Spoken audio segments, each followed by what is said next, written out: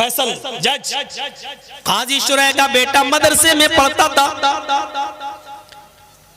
उस्ताजों ने कहा है तुम्हारे बाल बहुत बड़े हो गए हैं, आजकल तो पता नहीं कौन कौन से बाल चलने लगे हैं।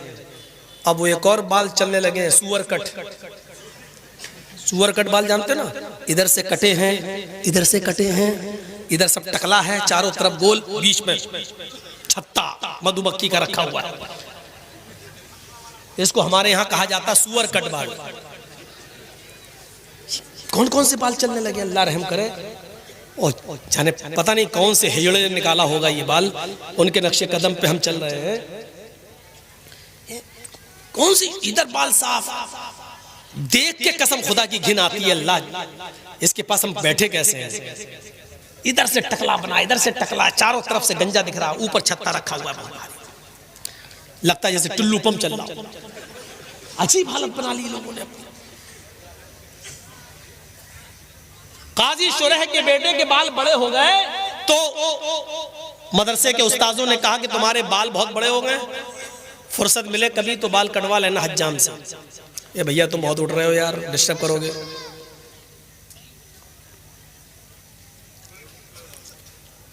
तो बेटे ने कहा ठीक है, काजी शुरैह का बेटा कहा ठीक है करवा।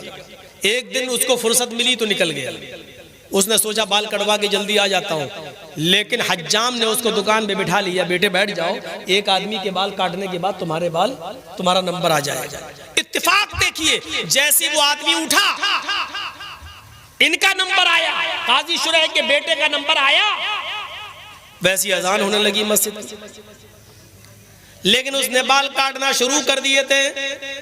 अच्छा उस जमाने में घड़ियां भी नहीं थी कि देख ले चाचा चल नमाज के बाद आऊंगा, अंदाजा ही नहीं हो पाया। बाल कटना शुरू, इधर अजान शुरू। जब तक बाल कटे तब तक जमात खत्म। काजी शुरैह का बेटा बाल बनवाने के बाद, हजामत करवाने के बाद जब मदरसे आता है, क्या देखता है कि जमात खत्म हो चुकी है। उसने वुजू बनाया और मस्जिद के अंदर अकेले नमाज पढ़ लिया। नमाज पढ़ा अकेले, सूरज भी गुरूब नहीं हुआ था, थोड़ी सी देर हुई थी बस, अकेले नमाज पढ़ लिया, लेकिन जमात छूट गई। मदरसे के असातिज़ा ने पूछा कि तुम कहां थे, उसने कहा बाल बनवाने में देर हो गई। मदरसे के असातिज़ा ने इसको उज़्र नहीं समझा, नहीं ये कोई उज़्र नहीं है, तो तुम्हें सजा क्या दी जाए।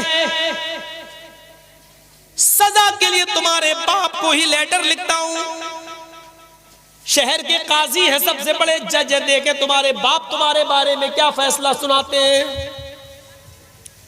और सुनो नौजवानों, और अगर उनके माँ बाप जिंदा हैं तो सुने।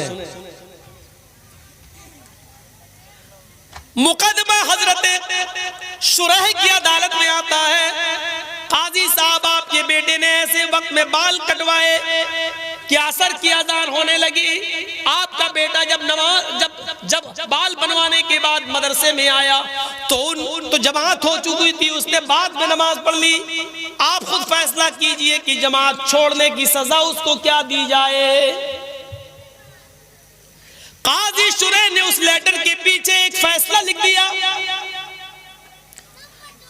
और अपने कासिद, अपने एलची के जरिए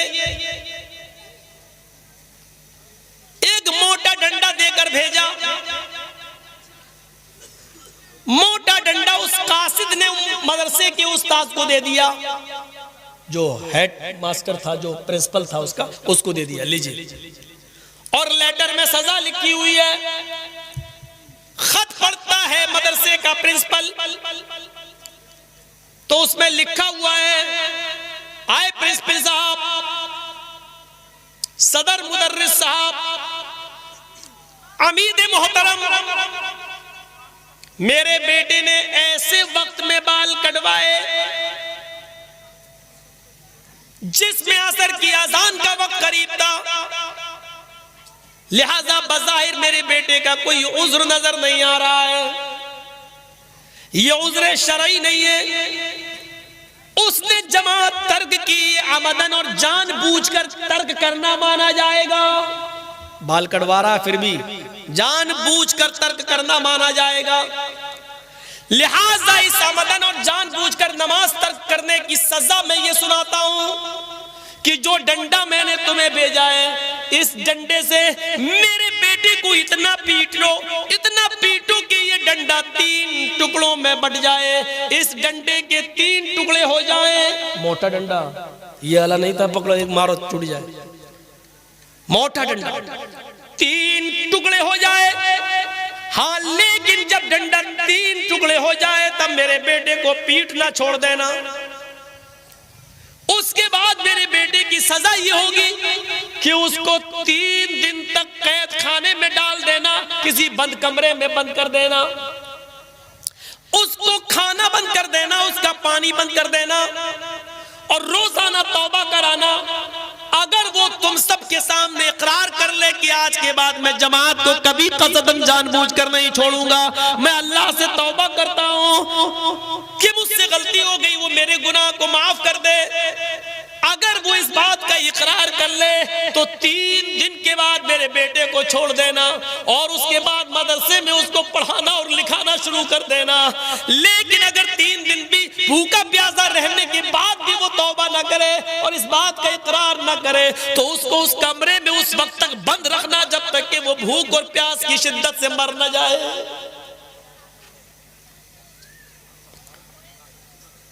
एक वक्त की नमाज, और नमाज नहीं छूटी थी, नमाज तो पढ़ लिया था, जमात छूटी थी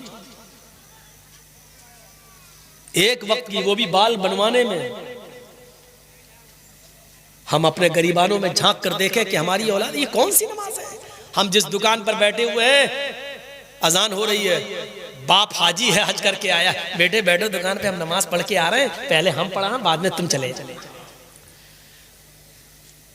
ये इस्लाम के अहकाम किराना मर्चेंट की दुकान नहीं है, जो तुम्हें पसंद आए वो करोगे और जो नहीं पसंद आए वो नहीं करोगे। हाजी साहब जमात के साथ नमाज पढ़ रहे हैं और हाजी साहब का बेटा जमात छूटने के बाद मस्जिद में बाद में जाता और नमाज पढ़ता है। ये कौन सी जमात और कौन सा इस्लाम है ये?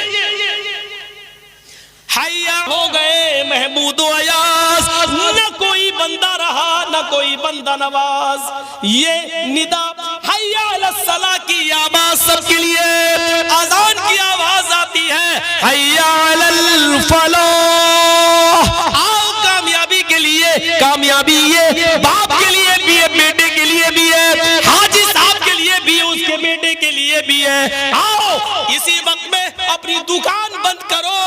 अजान की आवाज सुनने के बाद अगर तुमने दुकान बंद नहीं की और मस्जिद के अंदर नहीं आए तो जब तक जमात हो रही है, अजान हो जाने के बाद से, हैया अलस सलाह सुनने के बाद से, जमात होने तक जितनी तुम बिक्री कर रहे हो, जितना माल तुम बेच रहे हो, इसमें जो कमाई आ रही है वो हराम है। और इस हराम कमाई को अगर तुमने माल हलाल में मिला दिया तो वो माल हलाल भी हराम हो जाएगा।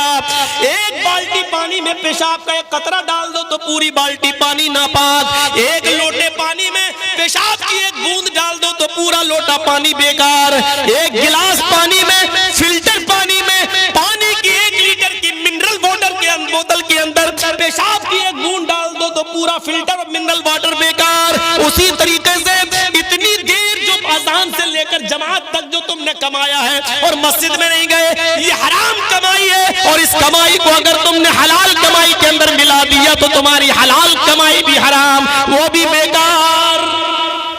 आइंदा नहीं बुलाएंगे इस मौलवी को, ये तो सबकी खटिया खड़ी हो रही है।